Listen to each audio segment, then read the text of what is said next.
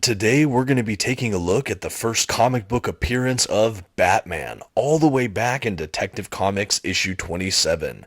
For this occasion, I'm digging out my Batman Golden Age trade paperback collection, which reprints the first handful of his classic appearances. But before we go any further, if this is your first time or you're returning, my name is Dominic and you're watching The Comic Book Report, where we review comic books and graphic novels so you can get an idea of what to read. And all week long, we're taking a look at the first appearances of some of your favorite superheroes in Origins Week. So let's dive into Batman. Batman first appeared in Detective Comics issue 27, which was published in March of 1939, with the cover dated at May 1939. And frankly, for a character that's had such an iconic legacy for the better half of the century, Batman has fairly humble beginnings in just a few pages from this Detective Comics issue. Created by Bill Finger and Bob Kane, our issue begins with the Commissioner entertaining his houseguest, Bruce Wayne. Bruce asks the Commissioner if there's been any interesting happenings these days. The Commissioner has an offhanded comment about this puzzling figure Batman, just before he's called away after a recent murder is discovered. But of course his friend Bruce Wayne accompanies him to check out the scene. From then on, we're treated to a curious murder mystery as to who the murderer is and what is the connection between this victim and future ones that begin to fall throughout the issue. The mystery itself is not something entirely groundbreaking. What is, however, the introduction of the mysterious Batman. The Batman goes to try to solve the mystery himself, trying to punish the wrongdoers and get to the bottom of the mystery. In the end, he uncovers the fiendish plot of the murderer and even saves the last intended victim before escaping into the night. The story rounds out the next morning as the Commissioner once again is getting together with his friend Bruce Wayne.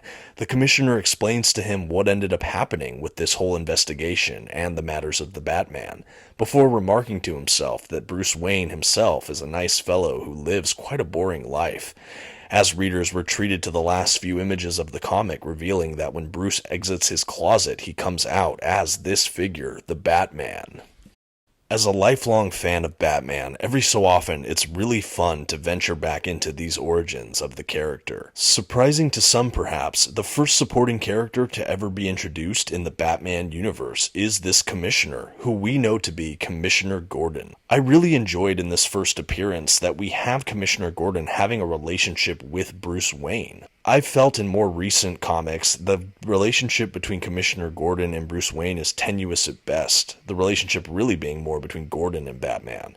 So I think it's fun to see an origin when Commissioner Gordon and Bruce Wayne are the ones that share a relationship. It's also enjoyable to see now a character that's so often associated with high-tech gadgets to be so low-tech. He's really just a vigilante detective who's trying to solve these crimes. His car in this is really just a car. He's just a man in a costume. And ultimately, of course, that is what Batman is, but nowhere here do we have the trappings of all his high-tech gadgetry. And that leads to a very interesting foundation for this character. Another thing worth noting within the pages of this issue is the villain is ultimately foiled by falling into a vat of acid. Does that sound familiar? And while the villain in this issue was not the Joker, it is interesting to see some of these creative parallels within the Batman universe. And that's the first appearance of Batman in the pages of Detective Comics 27. You can still find reprints in physical form or digitally. Let me know if you've read this issue in the comments below, and thank you for watching the Comic Book Report. Don't forget to subscribe so you don't miss a moment of Origins Week. And until next time, have a good one.